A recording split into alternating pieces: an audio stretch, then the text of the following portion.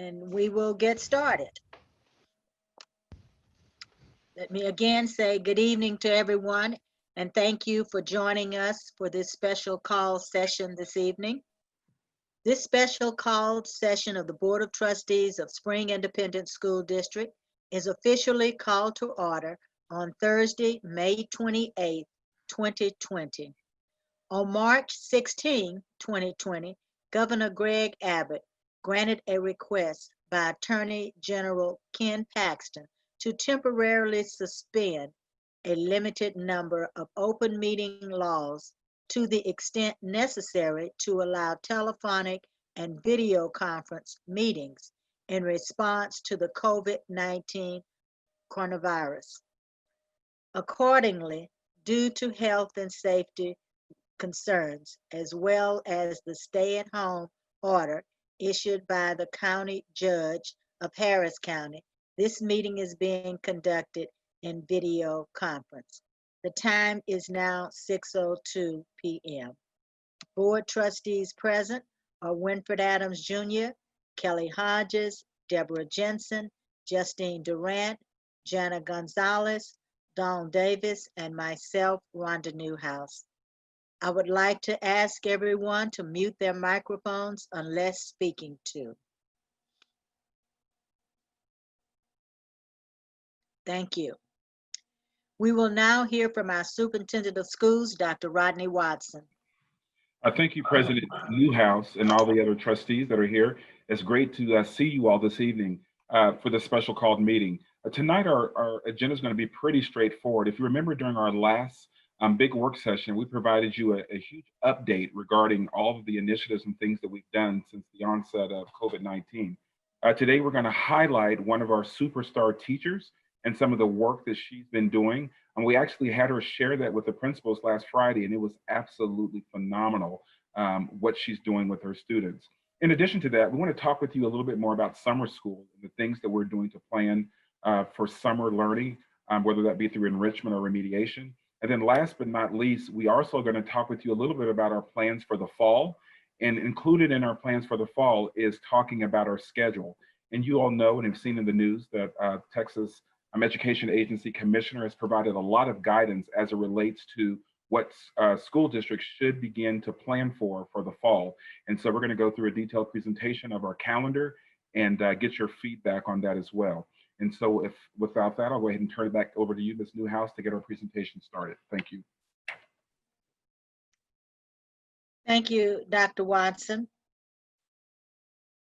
Okay. Our next item, I'd like to recognize our Chief Operations Officer, Mark Miranda.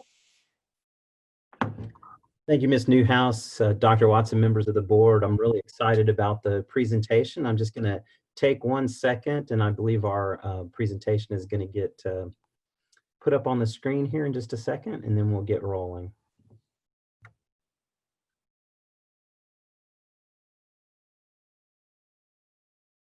All right, so this is our planning for 2020, 2021, which is what Dr. Watson has already mentioned to you. Next slide.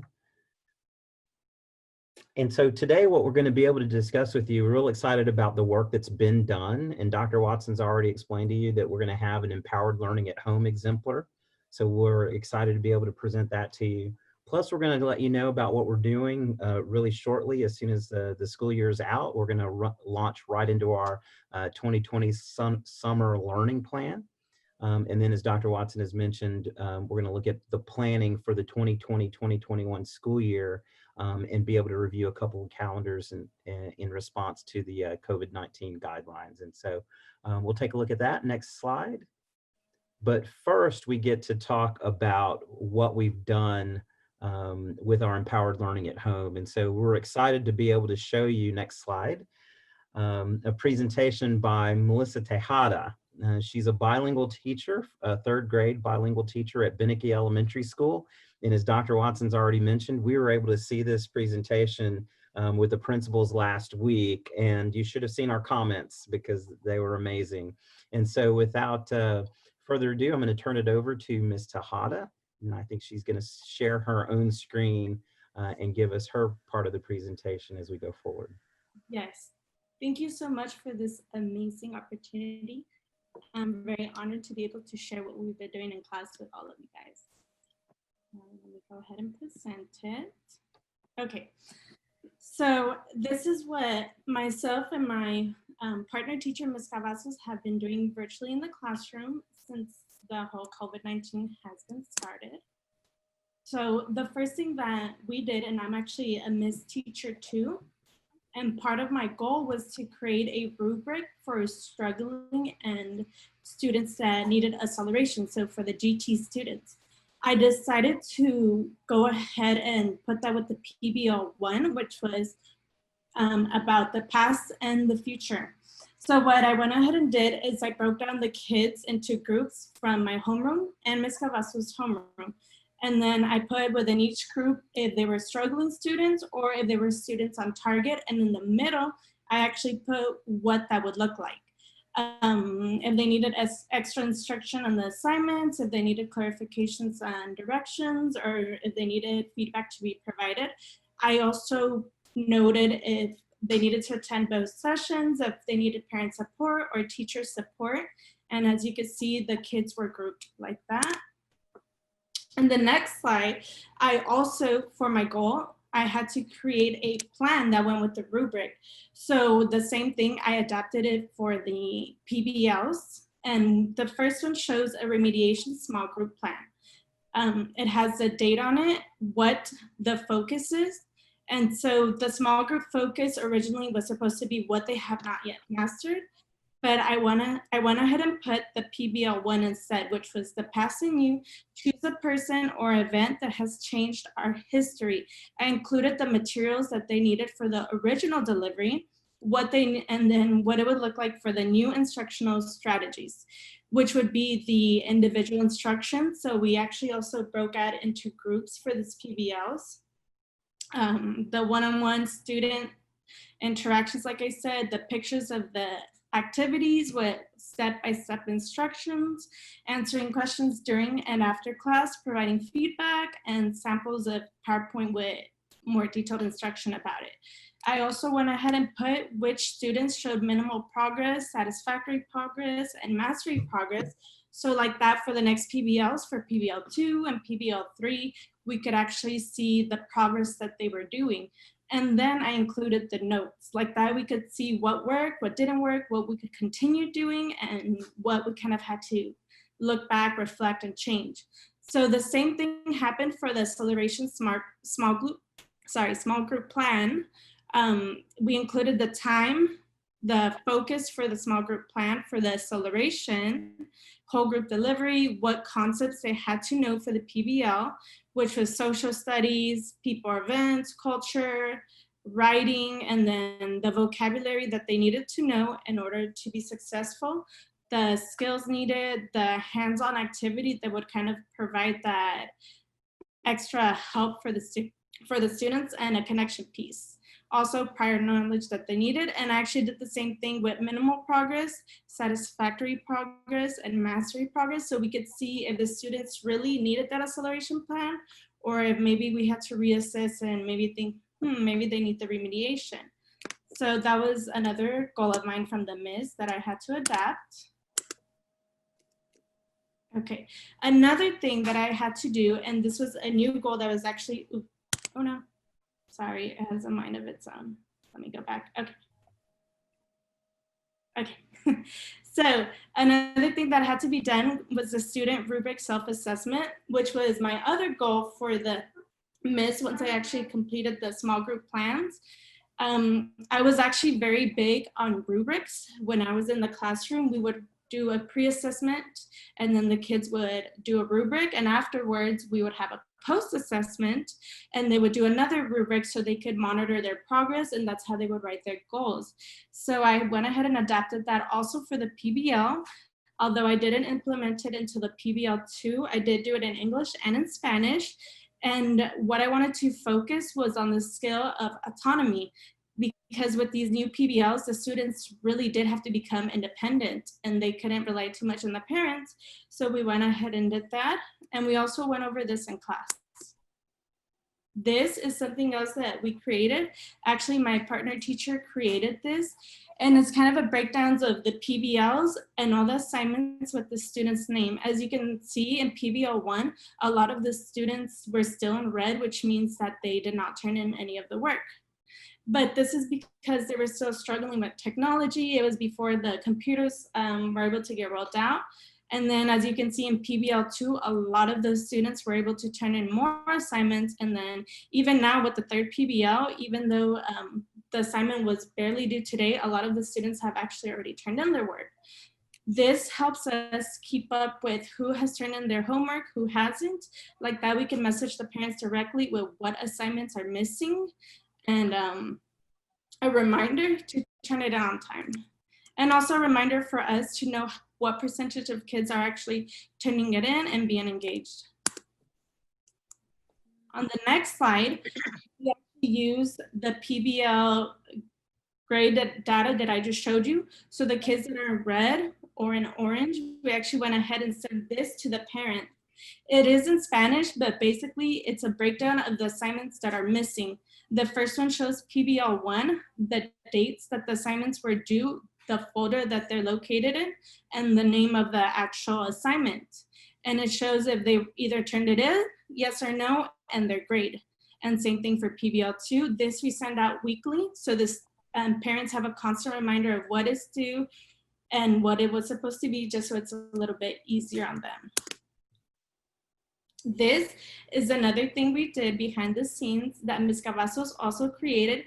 So as you saw in a couple slides ago where we had the data of how many kids turned in their work, for PBL 1, like we said, a lot of the students were unable to turn in the work due to a lot of constraints. So what Ms. Cavazos went ahead and created was this really cool PBL 1 breakdown. So it took all the questions from PBL on all the assignments that had to be turned in, but simplified with just one question that still hit all the concepts. Like that, the students wouldn't feel overwhelmed that they have to turn in 10 assignments plus what's due this week. Like that, everything could still get turned in, but without overwhelming the students. With this, what we did is we actually held what we call tutoring sessions, like after the class, between classes, just so we could work with the students on a one-on-one basis and have them turn this in.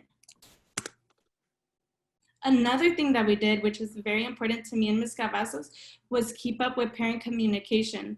Other than doing communicating through Dojo, Google Text, Google Hangout, Google Meets, we also held a session after class with the parents.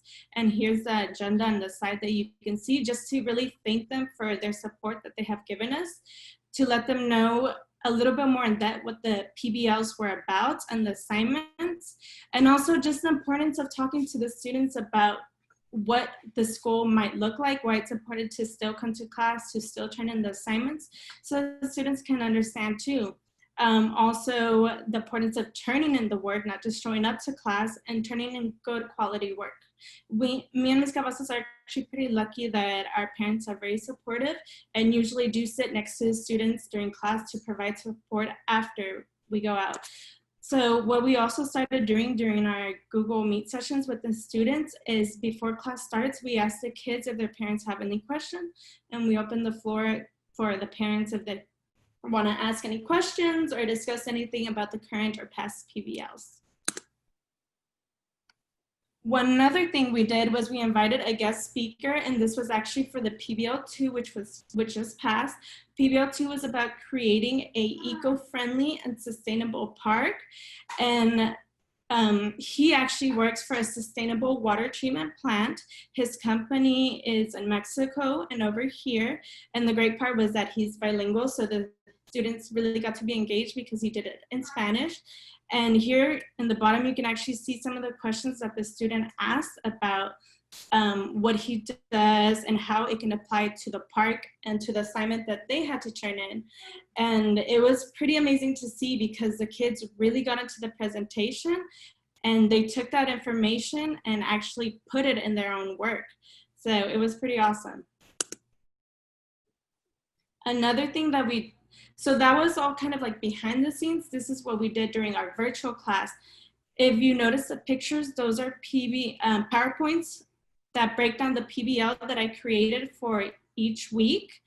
And each PowerPoint contained the due date, the overview of the PBLs, the actual pictures of the assignments that are due with the name of the folder that's in Schoology and the number of the folder, and when it had to be turned in.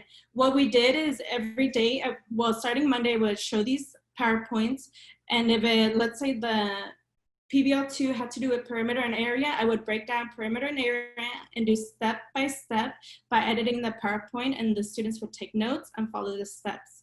So Monday, we did ask the parents to be present on Monday so they could also listen to the directions and help the kids after class if needed. Tuesdays and Wednesday, the student would start presenting their work and they would receive feedback. And Tuesday and Wednesday is when we would start breaking into our small groups. And remembering the small group and on target acceleration that I did for the students, that's how we would break out into small groups. So the kids that were accelerated, I would stay with them and just kind of give them the whole overview and see how they were doing and give them enrichment activities. While Ms. Cavazos would break out into the afternoon link, and she would work with them in a more like one-on-one setting, and she would help break down the assignment even further, even sometimes asking the kids to finish the assignments with her, like that they could get that added support. Thursday, we continued breaking out into the small groups. Friday, we did Fun Friday if the work was completed. So we would go on virtual field trips. The kids actually had a show and tell. Some of them sang, some of them danced. It was pretty awesome. And then some other students that unfortunately did not finish their work on time would break out into that small group again. And if they finished it while class was still going on, they were able to join the link again to go into Fun Friday. So this is kind of what the kids have been doing.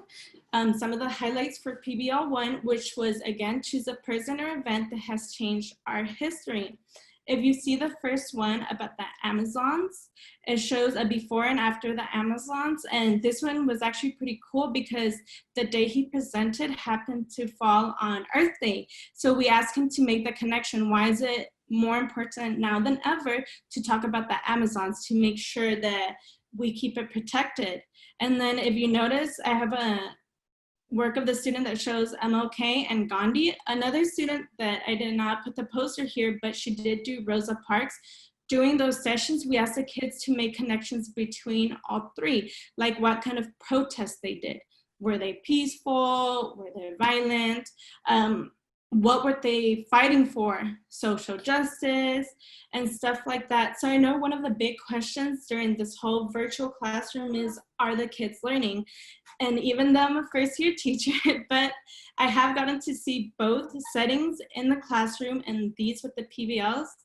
And I have to say the kids, in my opinion, are definitely learning because these works that they are creating are just amazing. And when I look at them, I sometimes think, wow, there's no way that third graders are creating this. But not only that, what me and Ms. Cavazos make sure that we do during the classroom is we ask those connecting questions. The why, the how, the what. How will it continue affecting us in the future? What if MLK would have never protested? And stuff like that. This little girl in the middle, she wowed us with her presentation. So she actually recently immigrated to the States and became a new student to Beneke this year. And so she decided to talk about the event of immigration. She talked about why people immigrated in the past and what path they took during their immigration.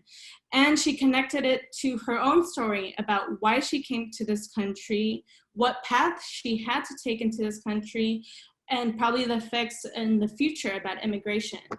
And the project only asked the kids to go ahead and write a letter to the editor, but we did ask our students to go above and beyond that and to present their work in a more creative way. And so that's why she did it in a Flipgrid video, and that's why a lot of these posters go above and beyond on what was asked of them. Okay, let's see, I think I went too forward. Okay, so this was PBL2, create a sustainable and eco-friendly park. As I mentioned before, Ms. Cavazos and myself always held the students to high standards during the classroom. And we did not stop that with the virtual learning. So for the PBL2, the students had to create a slogan and a drawing that went with it. We asked the students to take it further and to create it virtually. So most of our students actually created videos with a slogan to represent their eco-friendly park. This one in the middle, he actually has shown so much growth in these PBLs, because in the beginning, he would not participate. If he was asked to participate, he would take probably 10 minutes to actually get the courage to speak. But now he is the first one to raise his hand to participate, to show his videos. So it's pretty awesome to see. As you can see, they also created digital slogans that say recycle so you can give life. And they created storyboards that included their slogan. And what I really like about this is that one of the students in the slide actually recently got diagnosed as SPED, but looking at these videos, you wouldn't be able to tell because they're all at the same level and doing such amazing work. So that's another thing that I love about the PBLs. So this is the continuation of the PBL2, which again was to create a sustainable and eco-friendly park. Again, the students did not have to create a 3D model. It was actually an extension piece in the PBL2, but Ms. Cavazos and myself did ask the students to do it. So these models are actually pretty impressive because a lot of them include that sustainable piece, and they include things that we saw in the presentation of the guest speaker. And this one is another PBL2 creation about the eco-friendly park. He actually created a Beneke eco park through Minecraft. And throughout the video, he's just showing his Minecraft created park and how it's sustainable and all that good stuff. If you guys ever get a chance, you should go either to YouTube and search up Beneke Eco Park to see it, or it's also on my Twitter, because it really is amazing work. So here is actually the PBL3. And another thing I wanted to mention, from PBL1 to PBL3, it was really hard to get the students to turn in their work on time. Like PBL1, it probably was 2 weeks afterwards that they turned in their work when it was supposed to be turned in. But to this point, a lot of the students have actually already turned in their work. So I think that it also shows growth in the students, and it shows that now they're kind of understanding, okay, this is school, this is what we have to do. And the best part is that they're still pushing themselves and they're still showing that high quality level work. So this first little girl right here in braids, she did a poem and she actually recorded herself doing that poem. This one right here did a puppet show. She created all the characters, she created the little set, and she did this awesome set about her being a veterinary and what it takes. And she recorded herself and uploaded that. This student in the middle, she actually has always told us that she wants to be an artist, so she loved this PBL because she was able to explore and learn more about what it means to be an artist. So she went ahead and wrote a poem, which is very well written. And we asked her if she could draw a drawing or painting that represented her poem, what she wanted to get across. Sorry, something popped up on my screen. Okay. And so she went ahead and did the poem, and she did the painting to kind of represent what she saw in her poem. And then this little girl right here with the pink shirt, she was another student that would refuse flat out to talk during our Google Hangout virtual classes. I mean, I would call her out like 10 times, her mom would call her, and she would not participate. She just did not want to. So yesterday, actually, she told me, Mr. Hada, I'm not gonna be nervous anymore. I'm gonna present tomorrow and I'm gonna do a great job. And she did. She blew it out of the park today. She did so great. And she actually recorded herself reading her poem. So I thought that was very awesome to see also. Here's some more highlights from the PBL, which was Dear Future Fourth Grader, and they had to explore the career that they wanted and create something out of it. So this one, his name is Max, and he always talks about wanting to be a scientist. And this is his PowerPoint. This is another little girl that sang in a storyboard, and they all had to do with the same thing. Sorry, I know my time is up, so I kind of had to rush through that last slide. But thank you so much again for letting me share.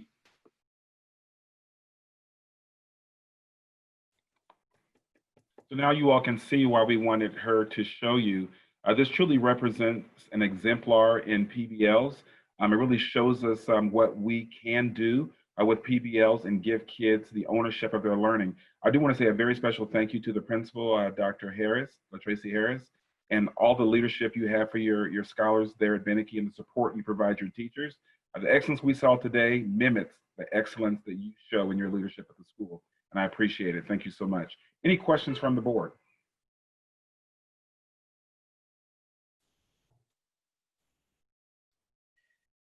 So I have a question. So this was presented to all the principals today as an exemplar. So we should see this, at least to some degree, replicated around the district as we move forward? Yes, so this was an exemplar we showed with the principals in our principals meeting last Friday. We actually showed a middle school example and we at Robertson, and we showed an elementary example. So this is just one of the examples, letting the administrators know what the possibilities are with that. And you see here, this is a first-year teacher. This is her very first year of teaching and what she was able to do. And so these are things that Ms. Bradford and the team are working with to show principals so we can begin implementing more systems like this across the district as we look at our summer learning. So there's some things that you see here that Ms. Bradford will be talking about that we'll be doing in the summer as we prepare for the fall. So it was very well done. I really appreciated the differentiation in the way you listed the students in their different groups so that you could provide direct instruction for them that is targeted. Outstanding work. I really like seeing that.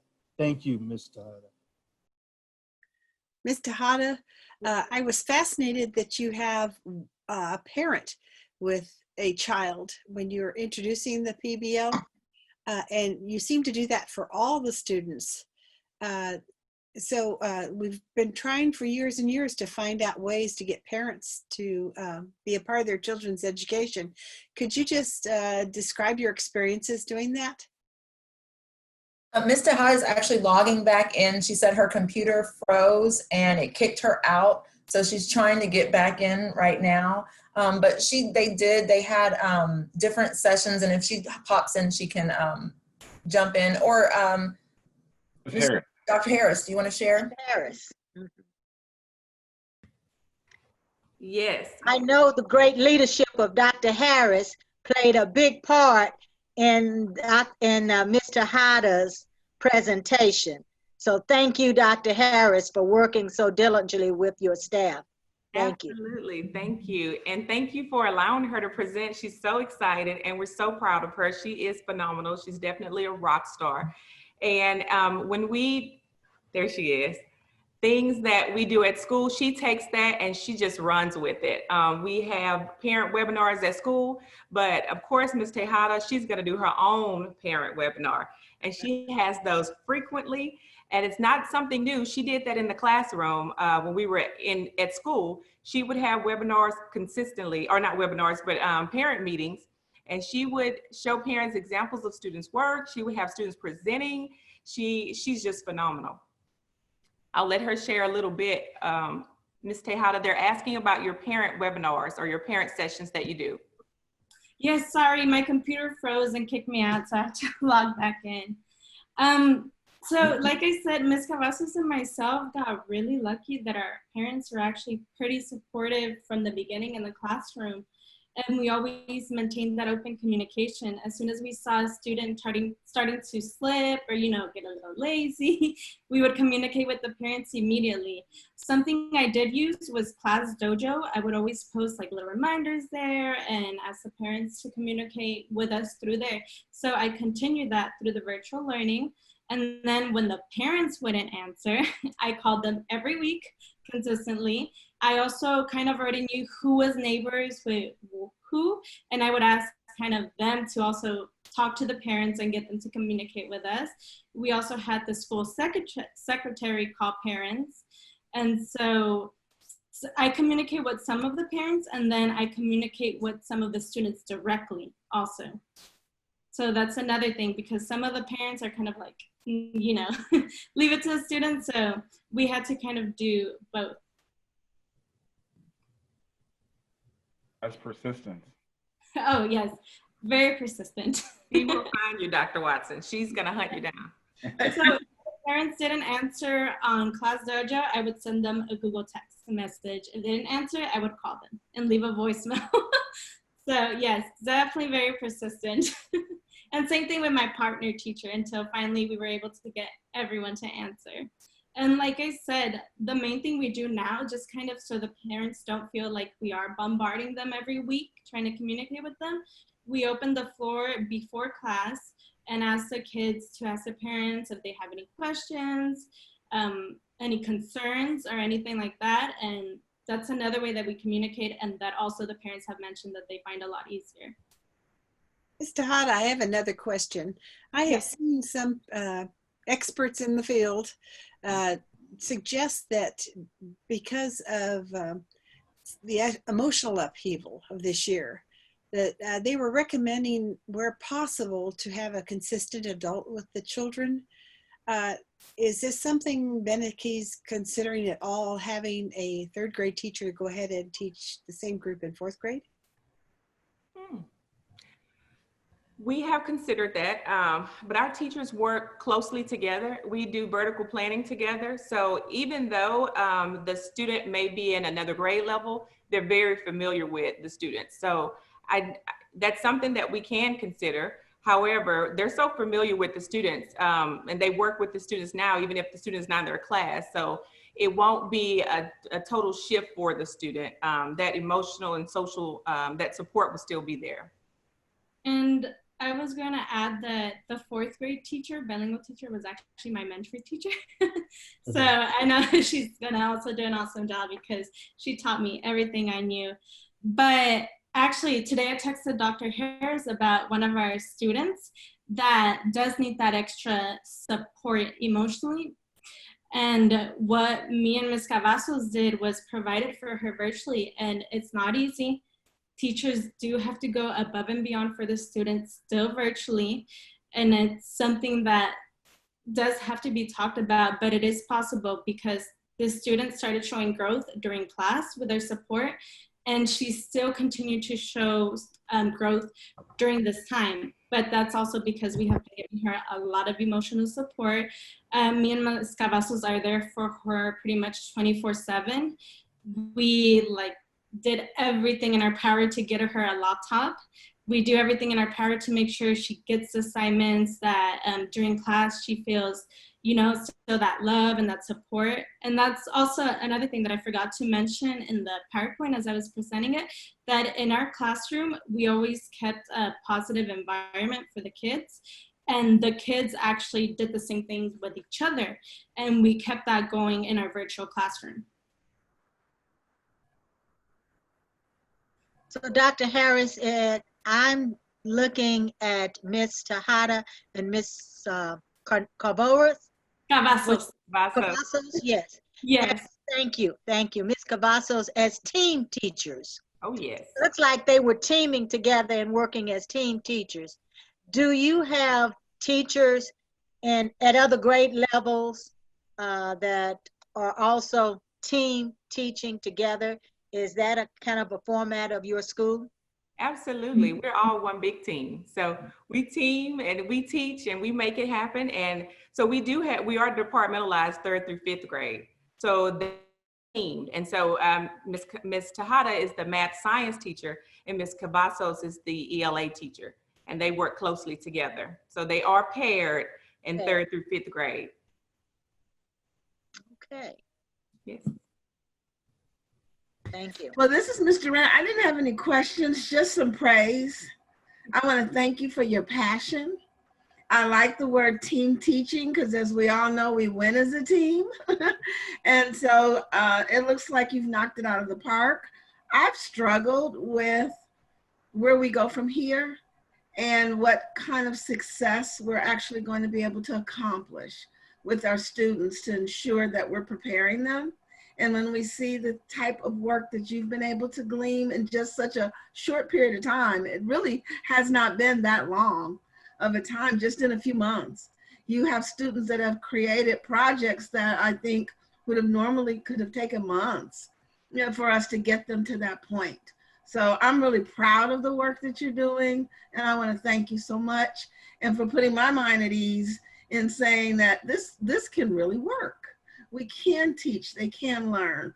And we don't have the level of parent engagement that you have in such a short period of time normally. And so I think you've done a phenomenal job just in getting the parents on board, because that's been always one of our biggest challenges, because as you know, it takes that village to raise that child and to get them what they need. And to have the level of parent support that you've been able to accomplish is fantastic. So thank you. I know it's the evening and we appreciate you coming after hours and spending some time with us. So thank you very much. I just want to add and sort of echo what Trustee Durant just said.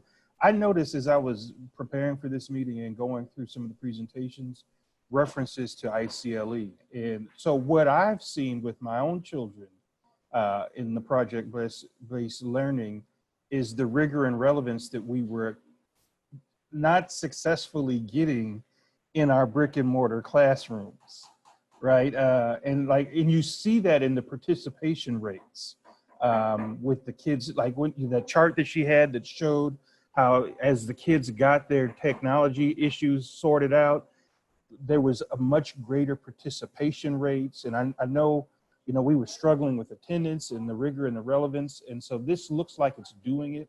Looking forward to seeing the rest of this evening's presentation to see how we're going to continue to improve that. So to Dr. Watson and your team, great work.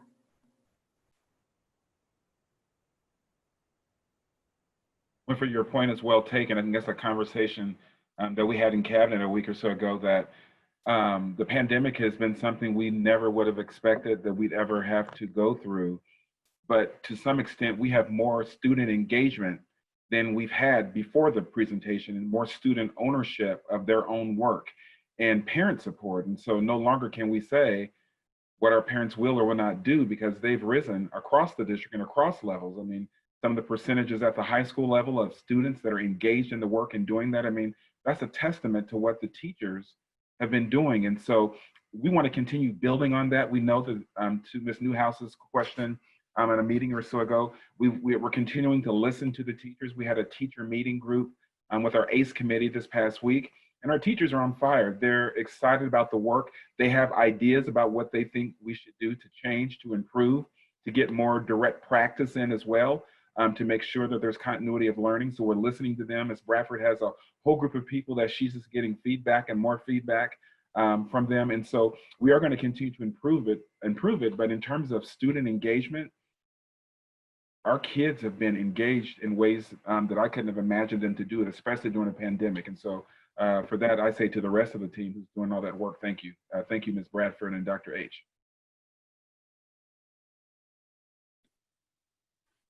Okay, turn it back over to you, Mark. Yeah, sure. We're going to continue with our presentation this evening.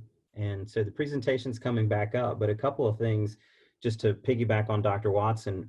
We've learned so much in the last 2.5 months. We've learned what teachers are capable of. We've learned what students are capable of. We've learned what the parents are capable of, just beyond our imagination. And it's been really exciting to be able to see a lot of that happening. And to that end, we don't want to lose any of that momentum, right? So what you just saw was just an example, and maybe hopefully just the tip of the iceberg for where we can be in the summer and in the fall. And to that end, we don't want to lose that momentum. So I'm going to turn it over to Kachara, and Kachara Bradford is going to share with you our 2020 summer learning plan, just to show you where we're going for the summer. Kachara. Thank you. Yes, so definitely taking all of our lessons learned from our current, closure period, closed, but fully instructing with Empowered Learning 2.0. And then our vision for summer learning is that we can continue learning throughout the entire summer, and that we can, there's a lot of talk around the COVID slide. It used to be the summer slide where we're, home for 2 months, and some students regress in their learning progression.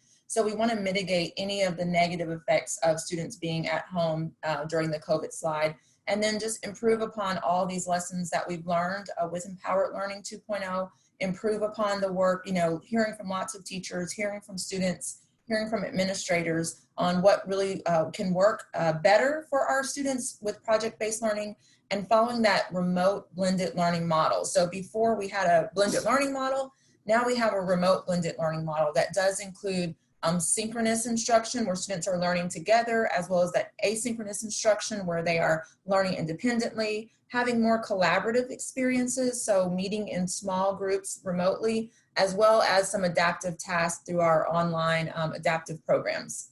Next slide, please.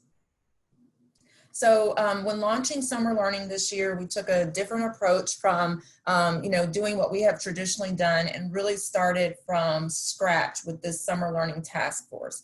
It was very important for us that we included the voice of our principals and the assistant superintendents of schools that lead all of our school leaders, as well as assistant superintendents. Working with Holsworth this year, we got a lot of feedback from assistant superintendents who are ready and eager and who want to lead and take the vision and work it. So we included a group of assistant principals to allow them to help us in defining our summer learning program, as well as teachers from all levels. You'll see a group of elementary, middle, and high school teachers, as well as central leaders and our cabinet members. So this group came together initially for 2 large group meetings, and then we broke into smaller group meetings with each team member deciding if they wanted to work elementary, middle, or high, and then those groups meeting twice a week virtually, of course, and then in between as needed to develop our summer learning plan.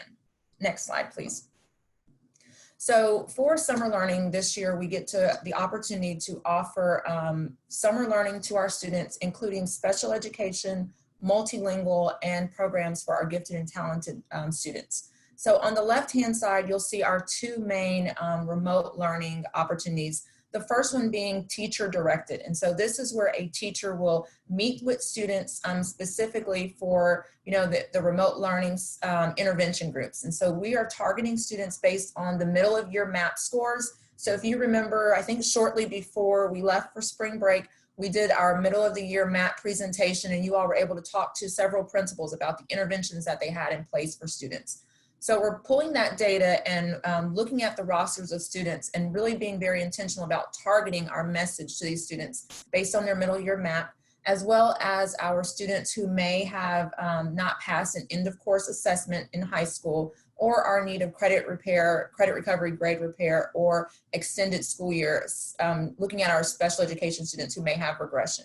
There's also this home-directed summer learning opportunities that will be open to all students. So what we learned in partnership with our communications team is that our Empowered Learning platform that's just open access on the Spring IC website really does give us the opportunity to offer STEAM and different projects to all students that they can work at their own pace, and then also connect into Schoology.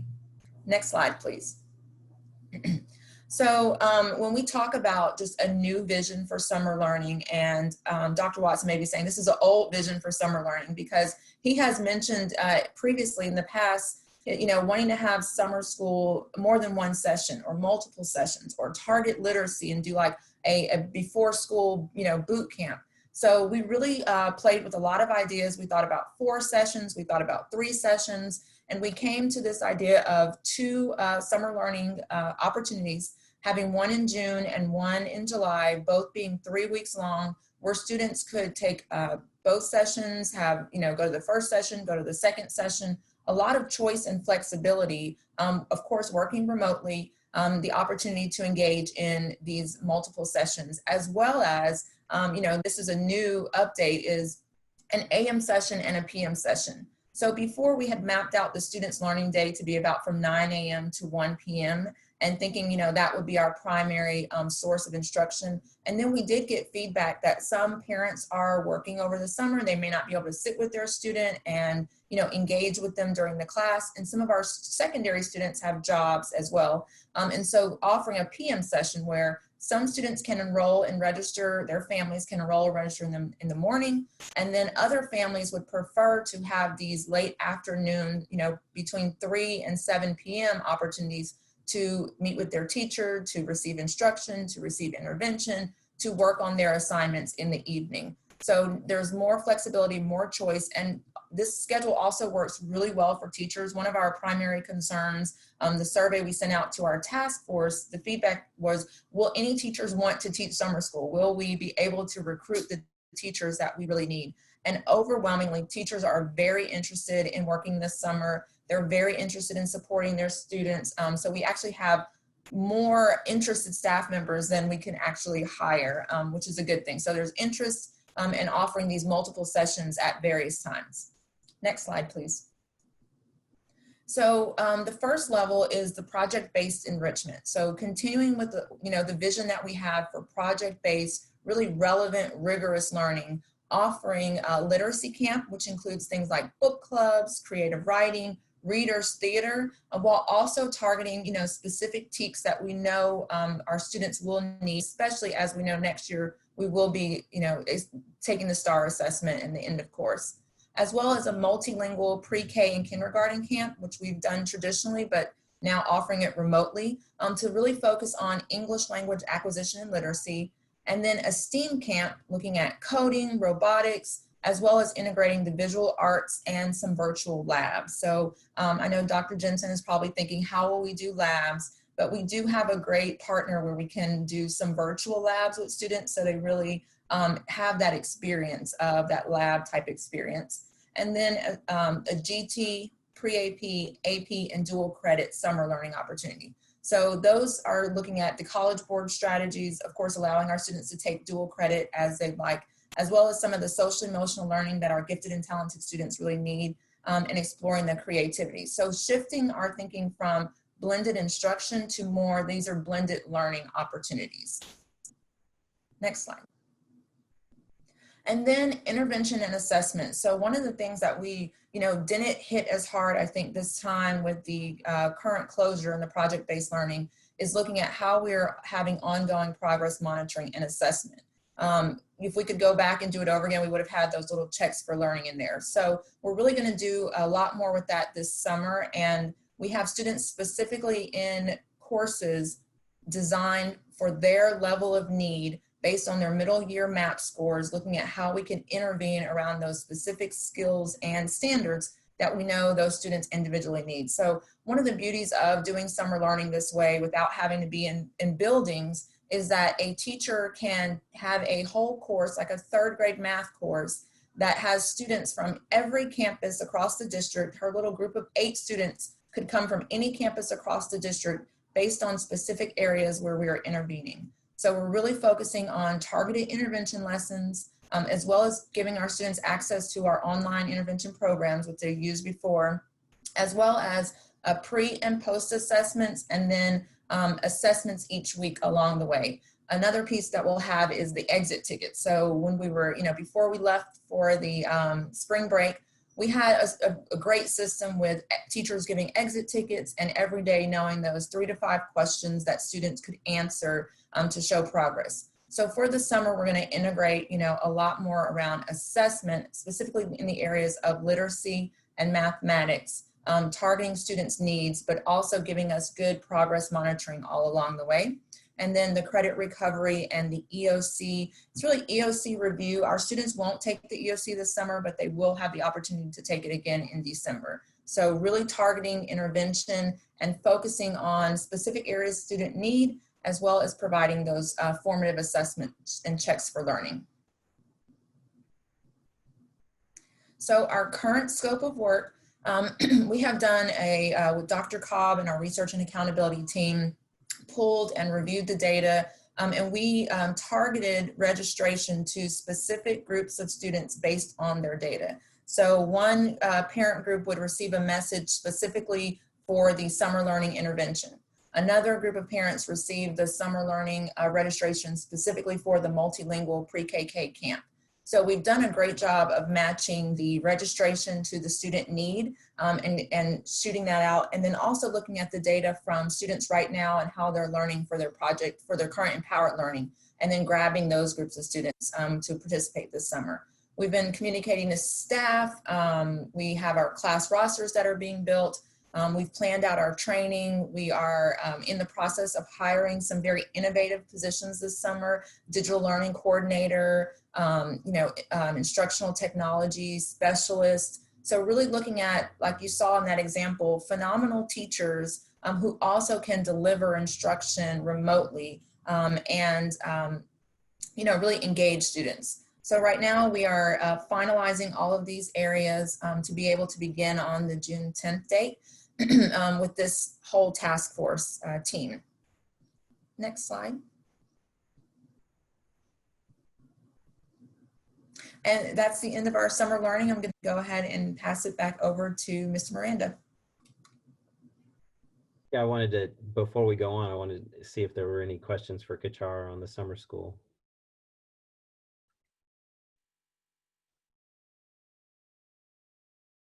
Okay. So one of the things that I've noticed with my kids, and maybe this is a bias of mine because I was a middle and high school math teacher, not a lot of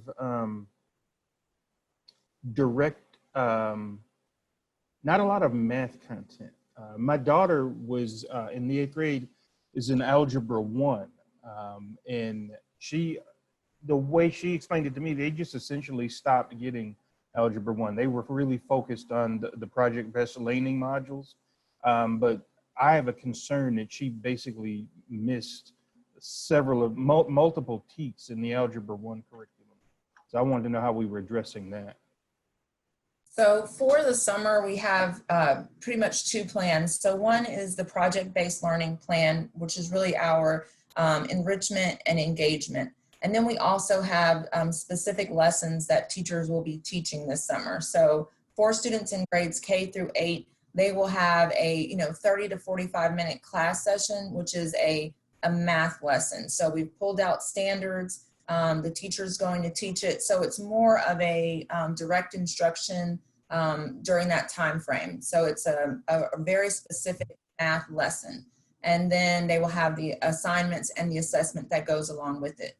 At the high school level, we're using a program. A part of our learning will be through a program, which is Edgenuity, as well as specific learning that the teacher will provide instruction and coursework in Schoology. So I do think that is, definitely a good point. And for this time when we were closed, or when we first left school, we really didn't know, if our teachers would all be able to meet with their students, how we would fare during this, pandemic. So now that we have a really good handle on it, moving forward, it will be more of those individualized courses. So you'll be teaching algebra, to your algebra class, but through that project-based approach. Whereas this time around, we did more global with just those 3 project-based learning plans that were the humanities, the STEM, and then sort of the PBA, so that students got kind of like one teacher maybe instead of 7, or 8 teachers and 8 different assignments.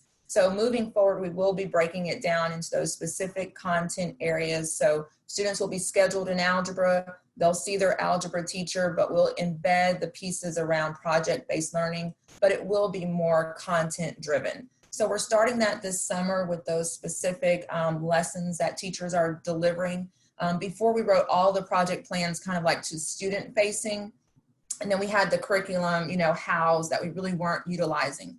Now we're gonna have both, where we have the curriculum for teachers to deliver the instruction, and then that project-based approach for students to then go in and navigate and do their work. So those two going side by side much more, so that teachers do feel like they're covering that course and that content, but we still are engaging them through this project-based real-world application approach. That's our goal, is to marry the two, and that's, definitely, where we didn't do that this time. I think it was very intentional because, it could be overwhelming to be newly at home learning, and now you have 8 classes and different assignments due at different times. And so we are definitely taking that feedback and making adjustments.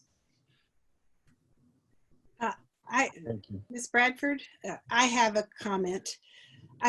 As I say, I've been doing some reading, and a researcher that I really, really admire is, her name is Linda Darling Hammond, and she's asking for a new deal for education. And she makes the statement that education as we know it is over, and we must think of school in deeply different ways. And I feel like Spring ISD has already been doing this. I just can't tell you how much I applaud your approach.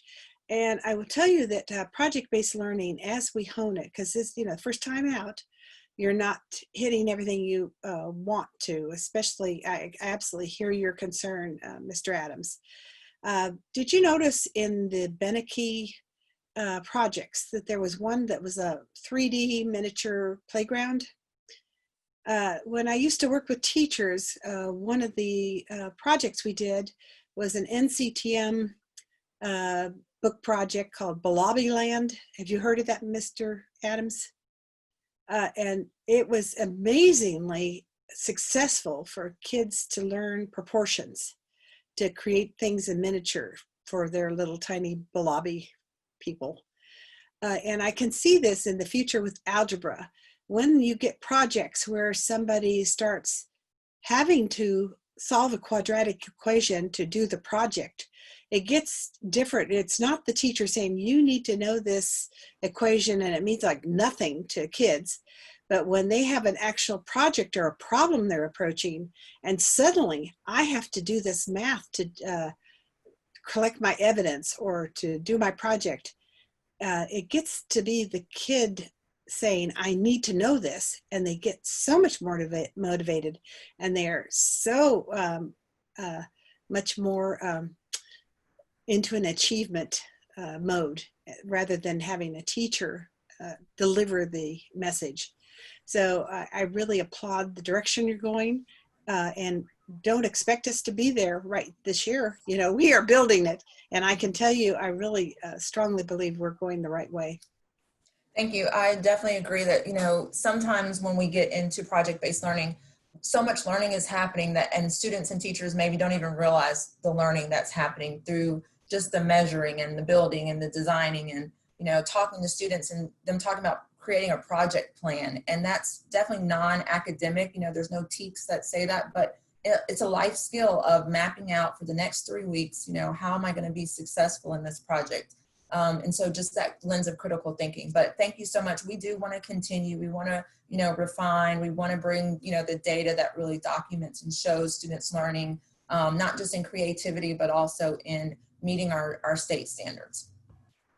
And then I've often asked myself how much of those standards are really learning-based and applicable to what they really need to know. And I think the project-based learning gets them to the real life scenarios where they can mirror that, what they're learning, with what they need to know and what will impact their development, as opposed to just learning those specific TEKS that have been designed by someone else.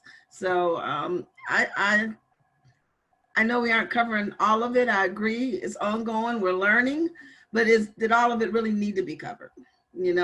As long as we're covering what's most important for them to be successful, and we're continuing to, the key thing I was looking for, which I didn't have any questions, is you said we're still doing a lot of formative assessment and tracking how they're progressing, and that's what's key. As long as we're continuing to do that and we're tweaking as we go along, I think we're on the right path.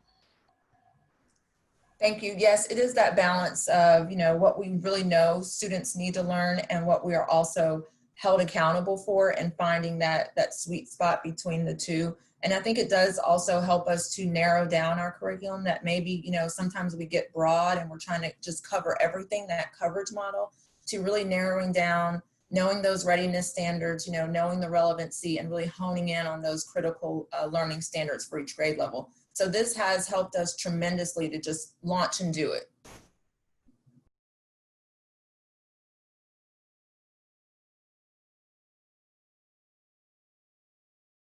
It sounds like, any other questions, thoughts? Appreciate it, Kachara. We're gonna move to the rest of our presentation, but Dr. Jensen, I did notice those 3D sustainable parks. One of them had goldfish crackers in the pond. So I was really excited about that one. So I'm gonna have my kids build a goldfish cracker pond. I think that would be great. So you guys saw what we've been doing with the Exemplar, right? Where we have been and the possibilities that exist. You were able to see our short-term plans with the summer school, but there's the fall coming as well, right? So there's a lot of planning currently taking place and that will continue to take place for the next month or so, being ready, getting ourselves ready for the fall. And to that end, I'm going to pass it over to Tiffany Dunn Oldfield to talk to us a little bit about the planning for the 2020-2021 school year. Well, good evening, and I'm just going to jump right into the presentation here. Hold on, let me see. Let me come back out. There we go. I'm going to jump right into the presentation. So what we want to talk with you about is the work ahead. There's a really heavy lift that the district's going to need to do in June. And I want to talk a little bit about the work that's been done in May to start to plan for the next year. But as you can see and hearing the great work that's been going on both at the campus level, the exemplar that was given from Beneke, as well as Ms. Bradford's presentation on the plans even for summer school. We've been focused as a cabinet, as a district, as campus leaders, very much on supporting our children during the COVID-19 closure, preparing for summer, but work has begun on thinking about next year as well. We've been looking at a lot of different resources. As a cabinet, we share these all the time, different resources that we get related to planning for next year. There's been some great resources come out. Sometimes we have some of our principals send us items. This is kind of a foundational resource that we're using for our particular approach to scenario-based planning. And I want to walk you through what's going to happen in June so that we can bring the best minds across the district together to really think and plan for these known unknowns. We know we have these known unknowns. We know that we have these things that we don't know what's going to occur, but there's also some unknown unknowns that I think could develop too as well. So this is a really nice resource that outlines the best practices and scenario-based planning that comes from many industries. We often hear about it used in crisis management, is really having people get into a crisis, think through a crisis situation, and then how they would respond. But scenario-based planning can be used across just strategic planning too as well. And so this particular resource uses McKinsey & Company work, but grounds it to K-12 environment. And I love this quote. This comes from this article. And the quote is, "In preparing for battle, I have often found that plans are useless, but planning is indispensable." So one of the pieces related to scenario-based planning is really by forcing the people in the organization to really think through and sit in these different scenarios. And we're going to talk about the scenarios that we've chosen to plan for. Really, you're building like mental models of how you would respond in that particular scenario. So we're going to plan, we're going to get a lot of really detailed plans done this summer, but just thinking through how would we respond? What's the best way, the best fit for responding to these unique scenarios that could unfold next year allows us to develop mental models that will help us be more nimble and more responsive to our community. This article and this resource I will give to Jeremy so that he can send, Jeremy and Jason, so they can send to you so you can read the full piece. So there's just a couple of parts that I just want to highlight. So in scenario-based planning, we're going to be looking at multiple paths for returning next year. And some of the things, the work that's already happened is really reimagining, rethinking the way learning and teaching are designed so that we can thrive within these different scenarios. So that's a really big piece of this planning process that we'll be talking through too as well. And we want to be responsive. So building those mental models through the scenario-based planning is going to enable us to be responsive to our families and to develop plans that when we look at some of the scenarios, we could potentially start the year in one scenario, like with minimum social distancing or, social distancing of a certain level, and then need to have more significant social distancing. So that ability to move between the scenarios is really important. So this also, these little top steps, these step 1, 2, and 3, as it relates to scenario building, come from this article. And what I've laid out is I wanted to explain how we've been using these steps in our work during the month of May, but this really intense work that's going to happen in June, so that at the end of June, we can bring you back a plan that is going to show you that if this scenario unfolds in the fall, here's what we're planning to do to meet our students' needs. If this scenario unfolds, here's what we're doing. And so the first thing is we've defined the scenarios. A lot of school districts are talking about different scenarios. Some have chosen 3 scenarios. Some have chosen 2. We're not coming back or we're coming back. We've chosen 4, and I'm going to walk you through those 4 scenarios. We want it to be nuanced in the scenarios. It's a little more work to have 4 scenarios than it is to have 2. And we'll kind of give you the thought process on how we chose those 4 scenarios and planning for them. But that was done in the month of May, primarily done at the cabinet level, but using a lot of resources, in particular, great information that Dr. Watson has been bringing back to us from the multiple meetings that he attends, where he's getting a feel for what the school year could look like from a COVID-19, in light of COVID-19, what our environment could look like.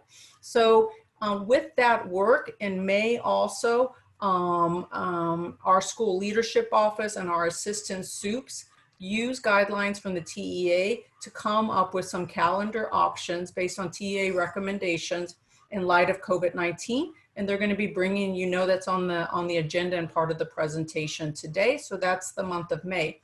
We are going to have a survey for our parents and students and staff to really gauge their thoughts on what's needed for next year. And we'll be working on those surveys. Most importantly is the student survey. Part of that student survey is we do want to gauge our parents.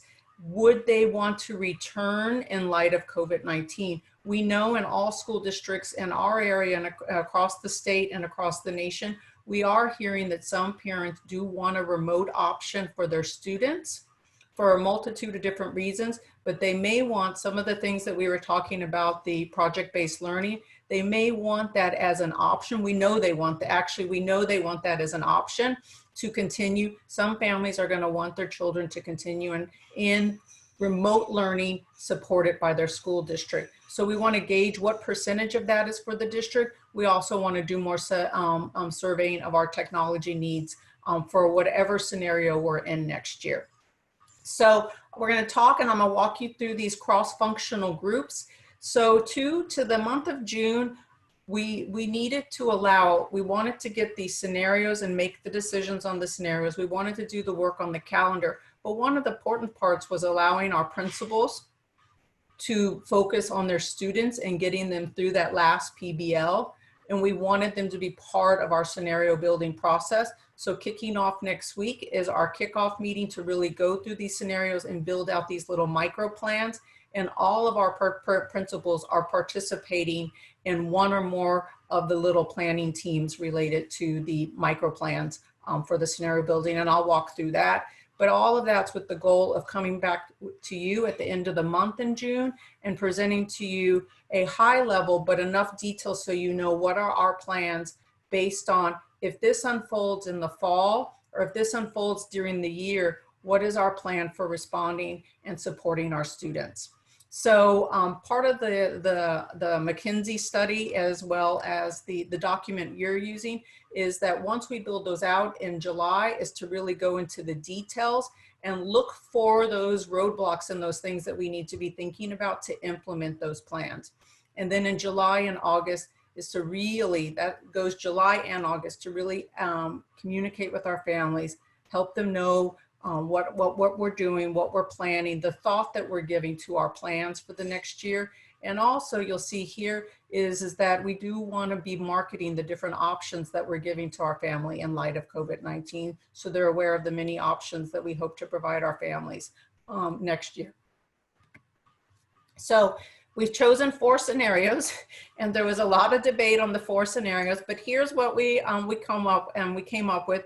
So scenario 1, we'd be looking at minimum need for social distancing. And we are looking to our environment. We're looking what's being written about, you know, different environments where there is minimum social distancing. I think all of us agree that we're not going back to school the same way. So minimum social distancing would be a reduction in class size, but maybe not a significant reduction, going to that 11:1 type ratios that in some areas of the world, some that they're already in the United States, they're even talking about. So that's scenario 2. So scenario 1 we want to plan for is we know our world has changed, but there would be particularly, we could maybe be closer to our norm, but with social distancing and some other practices in place.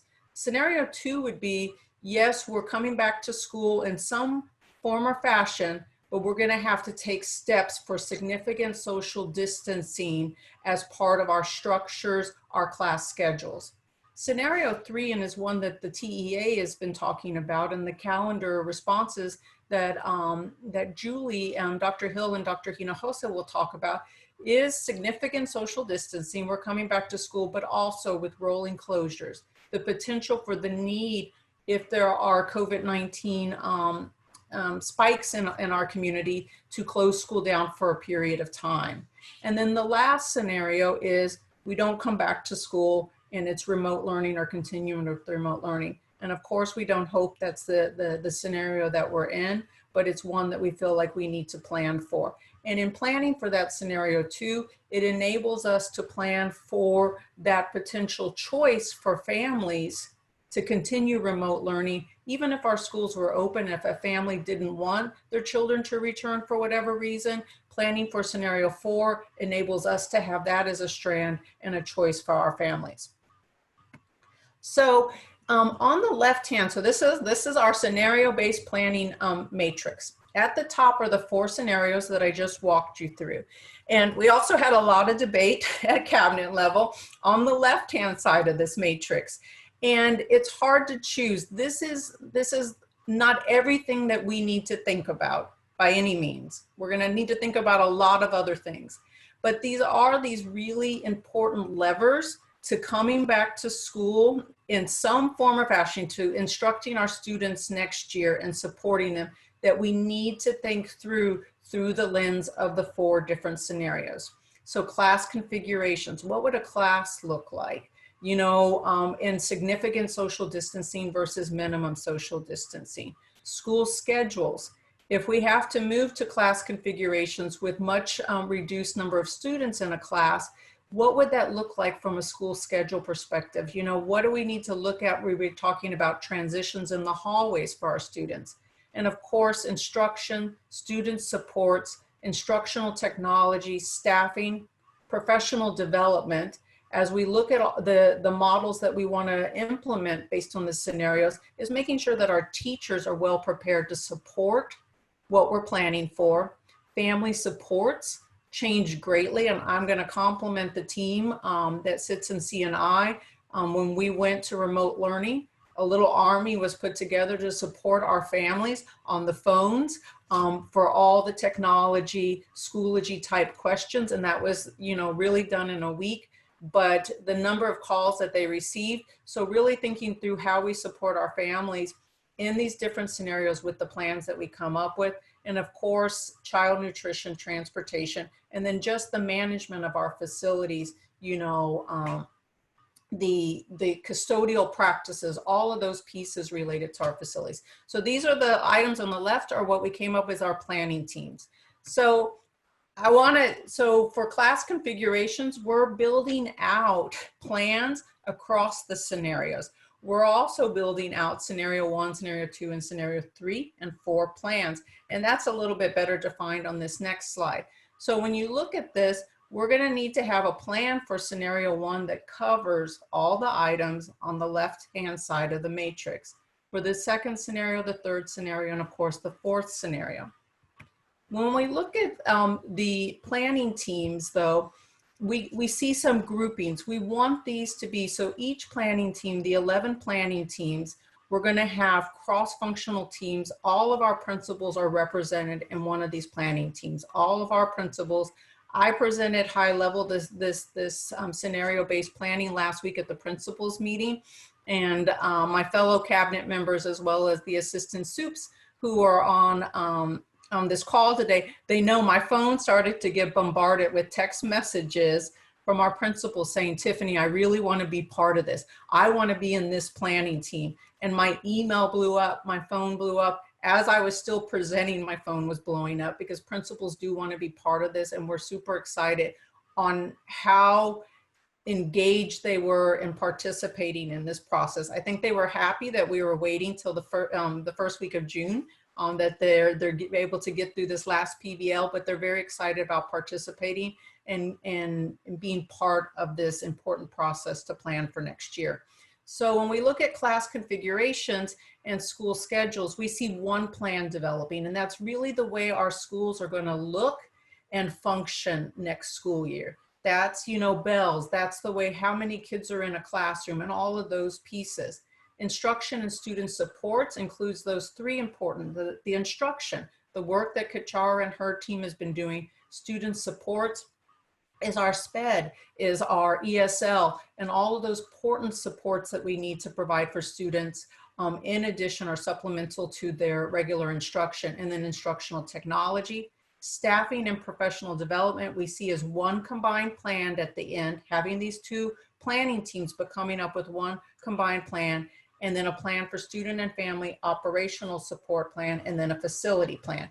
And the reason I'm showing you these groupings is this is the timeline that we're working on. It's a very compressed timeline for this work. So our project kickoff with our principals and with this very, very large group that's participating. Right now, it's going to be about 60 central administration leaders as well as principals participating in those work groups. We're trying to keep the average work group to, you know, 8 to 10 people. So the kickoff occurs. You can't make decisions. Our transportation department can't decide what they're going to need to do in a particular scenario related to bus routes until we know what we're doing with school and class configurations and schedules. So the first two plans have to happen first. So school and class configurations is our first planning. These are really concise, mini micro planning sessions to come up with the plan for school and class configurations. We are doing it 3 days in 1 week, and we're keeping the meetings tight, an hour and a half to 2 hours. We're giving them a week, and then they're coming back to finalize their recommendation. We are giving them supplemental resources and pre-readings before their sessions. Then we're going to go into the instruction and student support. And then the last three plans, we feel like they can be developed at the same time, but they'll have the first two plans as their guide. And you can see in the arrow, it's really because learning and instruction needs to guide all of this planning. So that's our little timeline for this work. It is a compressed timeline, but we really want to dive in, think through those scenarios. I use the term sit in those scenarios, really think what would this look like for us and what's the best plan for the district based on that environment. If this was to unfold from a COVID-19 environment, how would we respond to support our families so that students can continue learning? Don't know if there's any questions. I know that's a lot of information. Can you guys hear me? Yes, we can hear you. So amazing work. I see a very tight, agile time frame approach around taking user stories into specific scenarios. It's a very successful workflow and process. So I like what I see. I wanted to go back to the very first slide, the one that was before you gave the 4 pathways, or the actual 4 features you've identified. I forgot what you called them. Keep going. Oh, there you go. You tell me when to stop. I will. Right there. Okay. The only thing I'm struggling with is the very last item, which is the marketing of our instructional options. Right now, I'm watching this huge, beautiful charter school going up right on the corner, and parents are making decisions and choices right now. And I'm just wondering if there's not a way we can get out something that can help parents to understand this process, and that we do have a plan and market something sooner than the July, August timeframe. That's a great question. So we actually are going to start communicating. My team actually, in preparation for this presentation, bringing it to you, we are going to announce to our community the work that we're doing. Most importantly, as I was mentioning, we do know that there are families. I'm hearing differences between numbers between 30% to 15%. I was actually on a Holdsworth. I have a little cohort that's part of my Holdsworth group in the work that I was doing, and I was on the call. Some of them have started their student surveys, and one school district has 30% of their families right now saying that they want online options for next year for their families. Another school district had 15% saying that. So actually in the release related to the scenario-based planning, we want to let our families know right away that we are looking at an online option, a remote learning option for our families. I also think, to your point, Trustee Durant, too, we're going to be announcing the scenario-based planning as we work with our principals, keeping our community updated that we're doing this work, because we also want them to understand that we're being very thoughtful about returning, and that we're really looking at the best options to make sure that the learning is very engaging. I want to compliment Ms. Bradford Kachara, when she was talking about the AM and PM. So I was in this Holdsworth group just a little while ago, and I was telling them, I said, well, our summer learning, we're doing AM and PM sessions because we realize that some of our parents, we've heard, they are working, and that remote learning in some ways sometimes at least needs the parent to make sure that the kid's sitting at the computer paying attention to the instruction and to their teachers. And everybody on that call was like, oh, that's amazing. I wish we had thought of that. They're doing traditional summer is just during the daytime. So the things that we're doing, we definitely want to communicate them. And we do have a plan for that, starting particularly with letting our families know that we are working to develop a plan for remote learning, should they want that next year, and then helping them understand the work that we're doing to have options for them, but engaging options that their kids will be excited about. You'll be excited about. That's great, because being able to market that and giving them some sense of where we're going, the sooner we can do that, the better we can help them in making those choices and decisions. I currently have 2 staff members. One of my employees who has split her lunch hour to 9 a.m. to 9:30, and then 1:30 to 2 to get her kids set up into Zoom. She takes the time to set them up and get them started. And so she's breaking up pieces of her day so that she can be present for that. And so the more we make them aware of it, then they can make the flexibility that they need to support us. So Absolutely. Other than that, this is amazing work. I'm looking forward to, I'm excited about what you come up with. I know you mentioned there were going to be approximately 60 participants, and I think it's important that we have administrators as well as teachers included in the process. Ms. Dunn Oldfield, among my reading, I've been seeing survey after survey emphasizing what you found apparently with the Holdsworth Center, that parents are not, some parents, and sometimes a significant proportion of the parents, do not want to send their kids back to school at this time. The other thing is teachers. That amazes me how many teachers say they probably would not come back. Are your contingency plans going to handle that scenario? Yeah, and I think to the staffing, I'll go to that slide over here. So when we look at this one here, so one of the things is that as we look at the instructional models, you know, and I don't want to jump, I want the process to go the way it should be.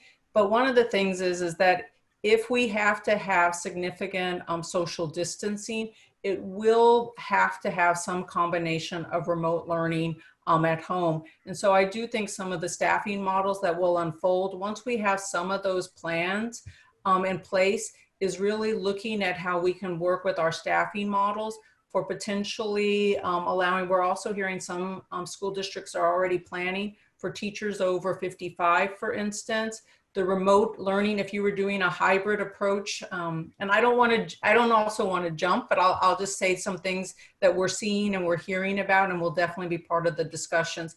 But for high schools often, because if you think about 3,000 kids in hallways, there's no way with regular bell schedules, it's very hard to have social distancing. So a lot of secondary campuses are having to reduce the number of students that are on the campus on a particular day. So once we make some of those decisions, and again, I don't want to jump the gun, I want the process to unfold, but then as we look at the staffing of a hybrid model where you're having some instruction when students are at home, maybe 2 days a week having remote learning and then being in the classroom, is how do you look at your staffing to ensure, you know, your really excellent teachers how are being provided the opportunity if they need to, versus leaving the district or leaving teaching because of COVID-19, that we're able to also in our staffing plan have addressed that. And some school districts are looking at teachers over 55 being given the first slots in, for remote teaching, if that was part of the model. But again, I don't want to jump, I want the process to unfold, but it's definitely something that we need to look at. So when we build this model is then really looking at, when we go to the staffing model, how can we also give our staff the same way we want to give our families and our students choice?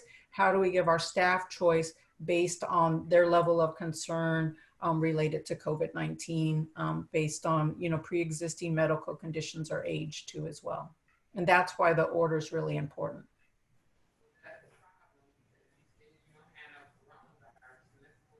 Any other questions?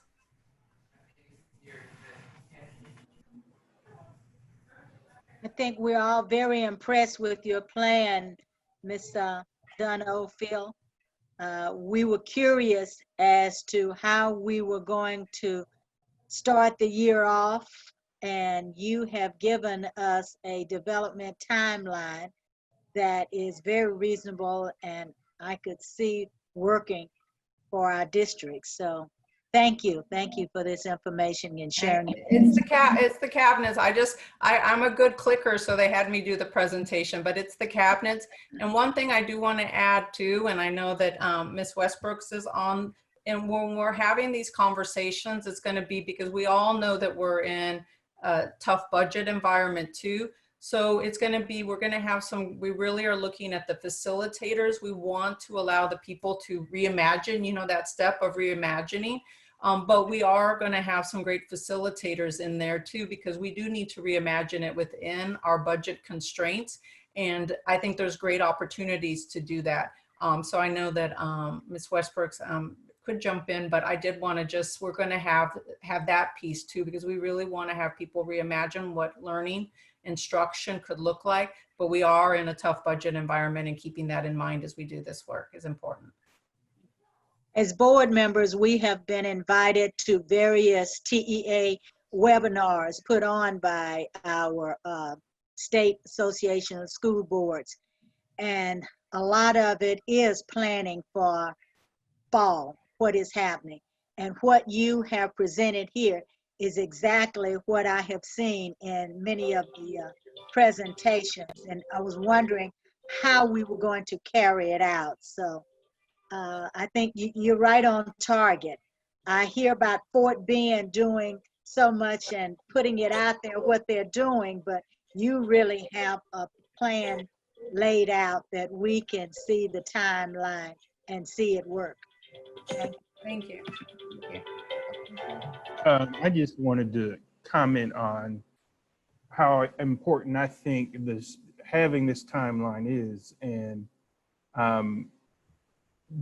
our ability as a school district to sort of create some stability for families while everything is so unstable. At KIPP, we were always saying, be the constant, not the variable. And we have an opportunity here to be that constant for families. And so I want to sort of echo what Trustee Durant was saying about getting the marketing about this sort of as soon along the timeline as we reasonably can, to provide that sense of stability for families as they have to figure out what they're going to do in the fall. Again, this is excellent work. I'm very pleased with the thought that has gone into this and the way we're working our flow. So keep up the good work. Thank you. All right, so I have the opportunity to introduce the next two presenters for you. We've taken a look at a lot of good information, but the next step is really to figure out our 2020-2021 calendar. And so for that, we're going to look at the proposed calendar in response to the TEA COVID-19 guidelines. And for that, we'll be turning it over to Dr. Julie Hill and Dr. Lupita Hinojosa. So I'm going to turn it over to Dr. Hill first. Good evening. Thank you, Mark. So we've heard quite a few comments about the knowns and the unknowns. There are quite a few unknowns at this point. We also, I think, just heard Mr. Adams speak to being the constant and trying to provide some type of consistency and stability for our communities. And so that's not only on our minds, that's on the minds of TEA as well. And so we want to share with you some of what and sharing with us in terms of how we go forward and plan. Next slide, please. So TEA does not tell schools what to do, but they do try to give us guidance based on all of the research and all of the individuals that they have that are on their staffs. They also want to make sure that we have the very best research and opportunities at our fingertips to make really, really good, sound decisions. And so to that end, TEA has provided some guidance and gone beyond that, even given some examples of what we could do as schools to be more responsive and to try to deal with some of the unknowns that may be coming. And the key area we want to talk about right now is what are those adjustments that we make to our school calendar? Next slide, please.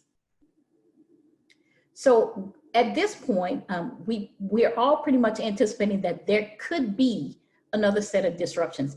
And this particular pandemic, at the start of it, caught us all off guard. It didn't matter who you were or where you were. So starting from the world all the way back down now to looking at Spring ISD, looking here in the state of Texas, we were all impacted and didn't really know what to expect when it hit.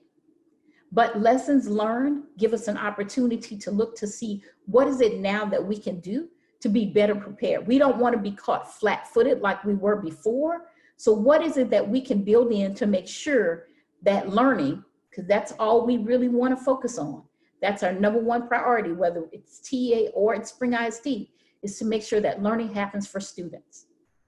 And so we want to anticipate that there could very well be some additional short-term disruptions that are coming up for the next school year.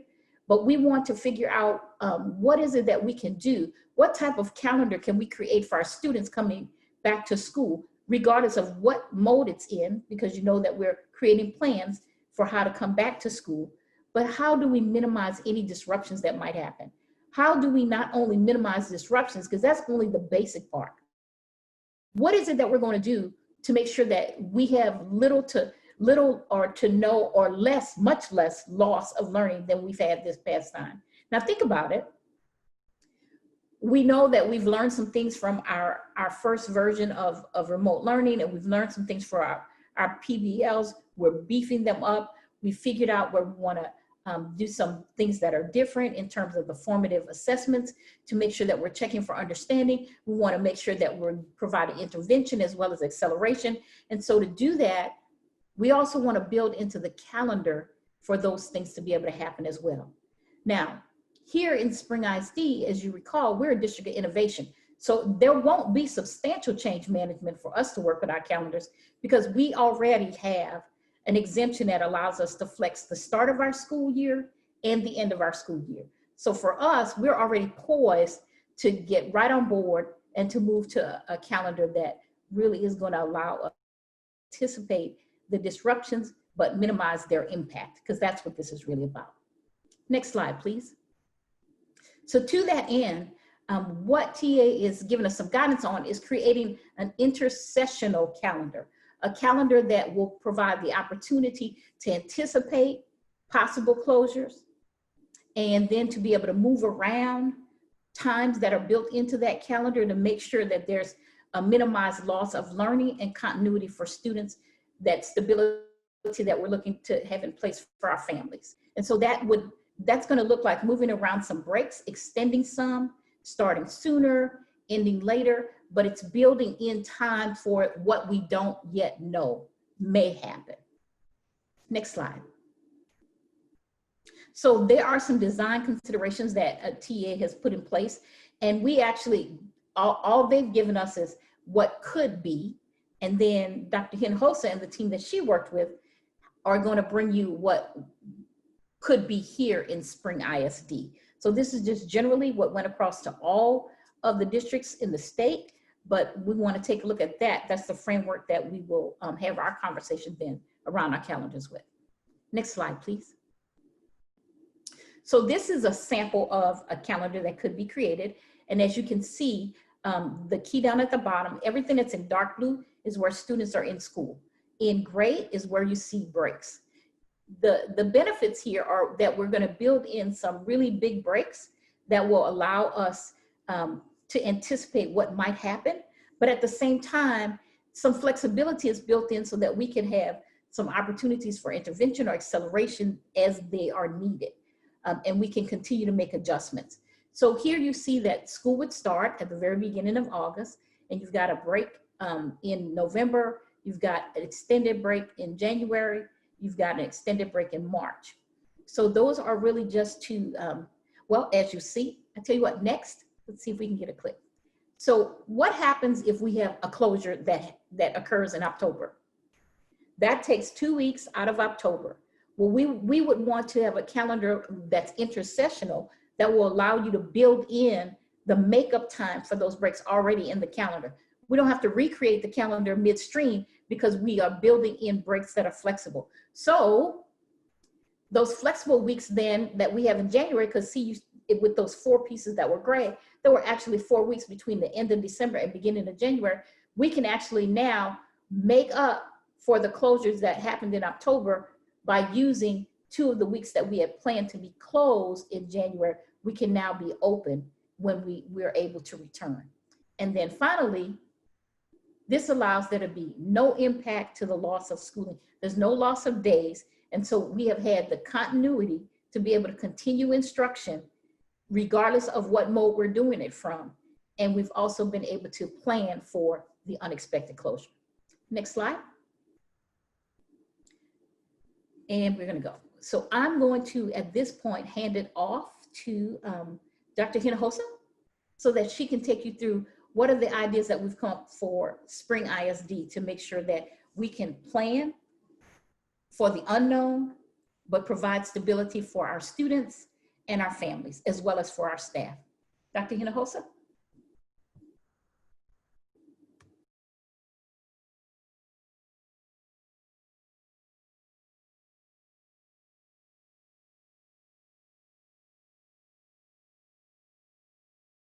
Dr. Hinojosa, you're muted. Thank you, Jeremy. Let's see, I got very excited with the possibilities that we have. So President Newhouse and members of the board, Dr. Watson, the administration believes that our proposed 2020-2021 calendar will give us the flexibility to deal with whatever unknown scenarios we may have to face in this coming school year. Based on what TA and the CDC are telling us, the upcoming school year is likely to be disrupted, and we believe this proposed calendar will give us a way to maximize instruction even if we're forced into another COVID-related school closure. So on this slide, you'll see that our proposed 2020-2021 calendar maintains our previously scheduled start day of August 17th. It also most closely matches the TEA intersessional calendar, which will provide us, as you heard, the greater flexibility should COVID-19 closures be required. Also, as a district of innovation, it allows us the opportunity to extend our school year all the way through June. It includes a plan for our seniors to complete their school year on May 28th of 2021. And finally, the plan breaks can be used for students in grades pre-K through 11th grade to receive targeted instruction if needed to help them stay on track with grade level requirements or to take part in enrichment activities. So on the next slide, or you could also look, I know Jason emailed, the big calendar to you. So you can look at this slide or on your email that we have in this proposed 2020-2021 calendar. So as I said earlier, the first day of school will remain as planned on August 17th. We have COVID-19 breaks scheduled, and this you'll see in light blue shading. The first one is scheduled for October 5th through the 9th. In November 16th through the 20th. Then we move on to January the 4th through the 8th. And then finally in March 8th through the 12th. You can see them in that light blue shades, and these intercessions that we picked also coincide to our absentee rate as it relates to our students and our teachers. So we've seen spikes in influenza during this time. So all of those light blue shaded breaks are right before the regularly scheduled vacation holiday breaks, except for the one in October. And you'll see those breaks are in the light green. And that gives us a longer period of time should we have a closure. During the COVID-19 breaks, or that light blue shading, seniors will continue their remote learning at home, which will give them the required instructional time to graduate by the end of May, as you would see in a traditional calendar. This would allow them the month of June to participate in college orientations or start their college career and or work career in June. Now, identified students in grades pre-K through 11 may receive the just-in-time targeted instruction if needed so that they can stay on track with grade level requirements, or they could even take part in enrichment activities. Now, please note that not all students are required to take part in that extra learning opportunities. Some families may choose just to use this time as a break.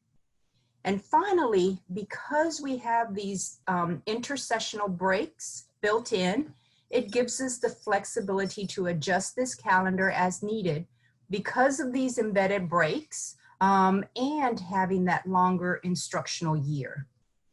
So in closing, we believe that this proposed 2020-2021 calendar will help us ensure, first and foremost, that we're able to meet the instructional needs of our students, whether they need extra help, they need enrichment or acceleration, while at the same time, we're planning for that unknown variable, that potential COVID closure that everyone is forecasting will be inevitable this coming school year.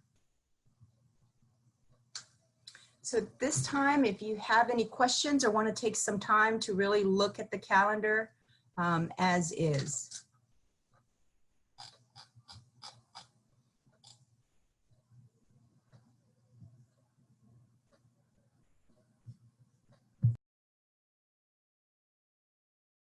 I think as Dr. Hinojosa said, it's extremely important that we remember that these break times can be used for remediation. So often we wait until the end of the school year in the summer to kind of get the kids all caught up. and to cover those skills that they've missed. This will provide us opportunities to do it all throughout the year, not having after school or Saturday schools in the traditional method that we normally do it. And so this is the calendar, as Dr. Hinojosa and Dr. Hill stated, that as a district of innovation, we will be able to meet the needs and follow the guidelines of TEA, but more importantly, meeting the needs of our students to make sure that they have the skills necessary to be successful. So any feedback, questions? I understand in the past that it was the travel industry that complained about us taking summer break away and really complained about all around school. People envisioned everybody going every day all year long. I think this is another time, Ms. Dunn Oldfield, where we're going to need some good communication with the community, that this is not more school days, and that there are wonderful long breaks if people as a family need to take them. But I think that I have seen the data on Texas schools that have tried to go year-round with this kind of a schedule, and using those breaks to for enrichment or for remediation really are successful with students. So I think this is a calendar I know we're doing for this year in anticipation of COVID-19 induced breaks that we don't want. But I really think this is a nice intro to perhaps future permanent calendar changes. I'm sorry, that wasn't a question, was it? No, that was a good statement, though. Thank you. Yeah, we agree. Any other questions or feedback? I guess I'm wondering, Dr. Watson, as you talk to other superintendents in the region, is a calendar like this we're likely to see in all of Harris County in Region 4? Are we an outlier? What's that look like? So some districts, there was a survey that went out. I think it was about 30% of the districts are looking at augmenting their calendar in some way. However, it's important to note that every school district sees their own unique situation. It's different. So for example, I won't say any names of the districts, but there are a few districts that when we're talking about the COVID slide, there are some districts that say very straightforward, we don't have a slide. Our kids are fine. They will be well. We don't have to plan for that. But their socioeconomic status level, the needs of their kids and their community is totally different from ours. And so from this standpoint, I think that was the uniqueness. I was on a call today with the superintendents and our commissioner, and they had one of our state senators, John Cornyn, on, and he was saying one great thing about Texas is that they will not recommend a one size fits all. That's why we're ISDs. And it's going to be up to DA to give us waivers, to pick those waivers that meet the needs for our own personal communities. And so we do have conversations about, our UIL activities, making sure that we don't create schedules that cause us or other districts not to be able to participate. And so we're in alignment with that. But in terms of meeting the needs, this calendar is specific to our needs. And there are other districts who look like us, who are looking at calendars like this as well, because we have more of a need for enrichment and remediation throughout the year than some districts who don't have that concern at all. Thank you.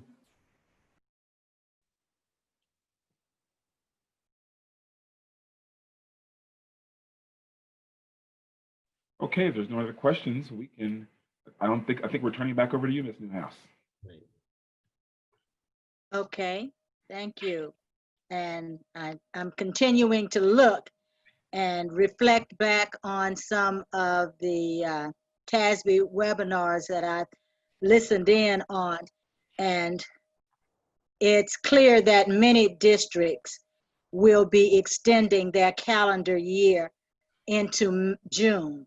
Now, how far into June, nobody is saying at this time, but it is evident that, yes, they are planning to go into June.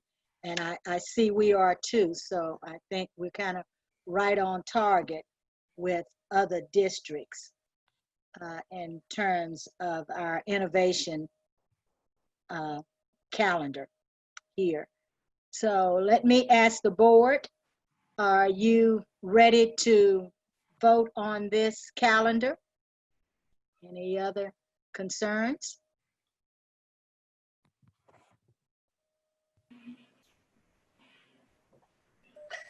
Okay, hearing none, I'm going to assume that we are ready to vote on this calendar.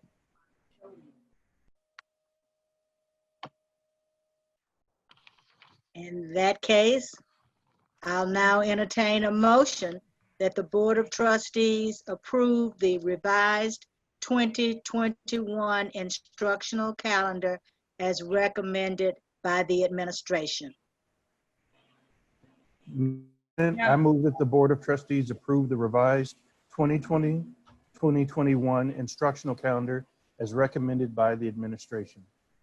I Do I have second. a second? Okay. It has been moved by Winfred Adams, seconded by Kelly Hodges, that the Board of Trustees approve the revised 2021 instructional calendar as recommended by the administration. I will now poll the board members for their vote to approve the revised 2021 instructional calendar as recommended by the administration. Winfred Adams Jr., Aye. Kelly Hodges, Aye. Deborah Jensen, Aye. Justine Durant, Aye. Jana Gonzalez, Aye. Donald Davis, Aye. and myself, Rhonda Newhouse, aye. The motion carries unanimously. Thank you for a great presentation on this to the cabinet and Ms. Oldfield. Good job. Good job. Thank you. Thank you. Okay. There, looking at the agenda, we will see that there are no other items on the agenda for tonight. I will entertain a motion to adjourn. Madam President, I move that we adjourn. Second, Kelly Hodges, can I get a Second. It has been moved by Justine Durant, second by Kelly Hodges, that we adjourn our meeting for tonight. I will now poll the board members for their vote. Winfred Adams Jr., Aye. Kelly Hodges, Aye. Deborah Jensen, Aye. Justine Durant, Aye. Jana Gonzalez, Aye. Donald Davis, Aye. and myself, Rhonda Newhouse, vote aye. So the motion carries unanimously. We will now adjourn our meeting for tonight.